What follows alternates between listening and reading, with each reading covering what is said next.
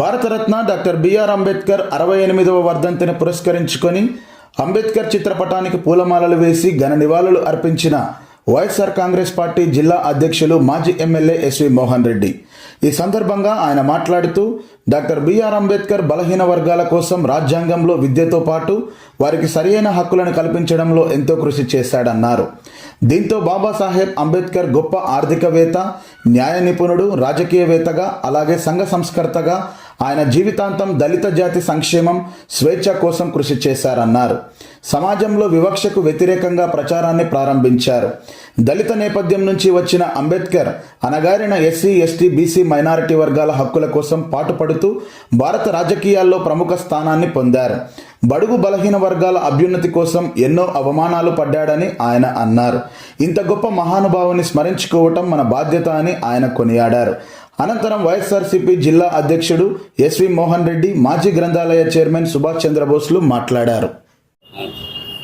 जोहार बाबा साहेब अंबेडकर, जोहार बाबा साहेब अंबेडकर, जोहार बाबा साहेब अंबेडकर,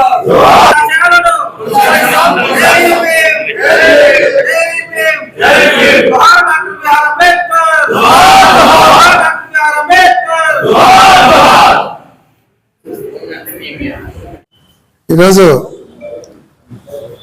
రాజ్యాంగ నిర్మాత, మన భారతదేశానికి దిక్సూచి లాంటి వాడు, దశ దిశ నిర్దేశించి భిన్న కులాలు, భిన్న మతాలు, భిన్న సంస్కృతులు ఉన్నటువంటి ఇంత పెద్ద దేశానికి ఒక రాజ్యాంగాన్ని ఇచ్చి ఆ రాజ్యాంగం ప్రకారం ఈరోజు ఇండియా మొత్తం కూడా నడుచుకుంటా ఉంటే ప్రపంచ దేశాల్లోనే అగ్రదేశాల సరసన నిలబడే స్థాయికి ఇన్ని భిన్న మతాలు, భిన్న సంస్కృతులు ఉన్నప్పటికీ చేరగలిగిందంటే అది బాబాసాహెబ్ అంబేద్కర్ గారు అందరికీ సమానమైనటువంటి హక్కులు, సమానమైనటువంటి బాధ్యతలు నిర్దేశించడం వల్ల ఈరోజు భారతదేశం సుభిక్షంగా ఎక్కడ ఎటువంటి అలజడులు లేకుండా ఉండగలిగిందంటే అది బాబాసాహెబ్ అంబేద్కర్ గారు రచించినటువంటి, ఆయన తయారు చేసినటువంటి రాజ్యాంగమే దానికి మూలం.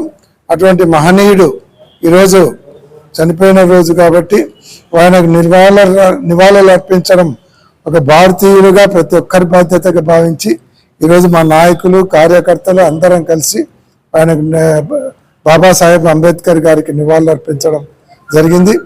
ఏదైతే బాబాసాహెబ్ అంబేద్కర్ గారు ఈ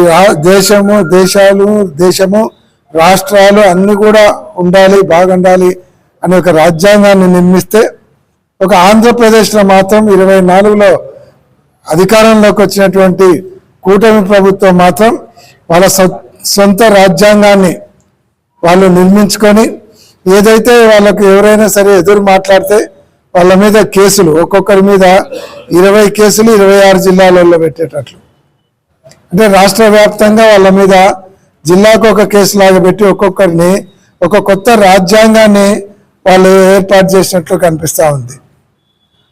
చిన్న పోస్టింగ్ ఏదైనా వాళ్ళకి రావాల్సినటువంటి పథకం కానీ, ప్రభుత్వ తప్పిదాలు కానీ ప్రశ్నిస్తే కూడా ఆ గొంతులను కేసుల ద్వారా నొక్కేస్తున్నారు.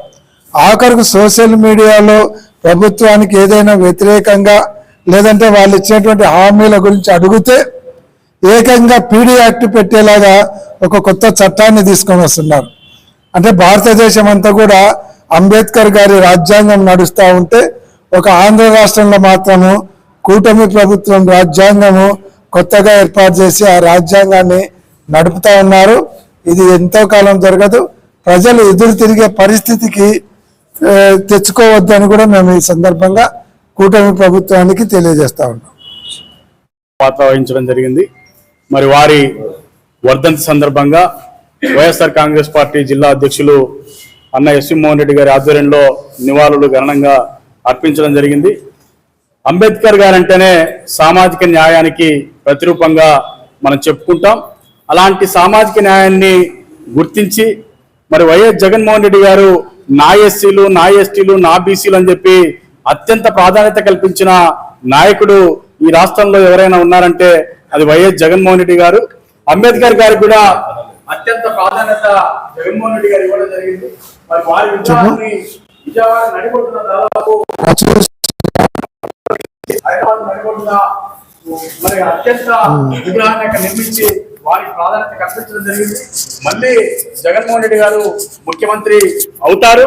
అయిన తర్వాత ఈ రాష్ట్రంలో మళ్ళీ అంబేద్కర్ గారి కార్యాచరణ, అంబేద్కర్ గారి ఆశయాలు ఈ రాష్ట్రంలో కొనసాగాలంటే వైఎస్ జగన్మోహన్ రెడ్డి గారు మళ్ళీ ముఖ్యమంత్రి కావాలి, వైఎస్ఆర్ కాంగ్రెస్ పార్టీ మళ్ళీ అధికారంలో కావాలని చెప్పి ఈ రాష్ట్రంలోని ఎస్సీ, ఎస్టీ, బీసీ మైనారిటీలంతా కోరుకుంటున్నారు.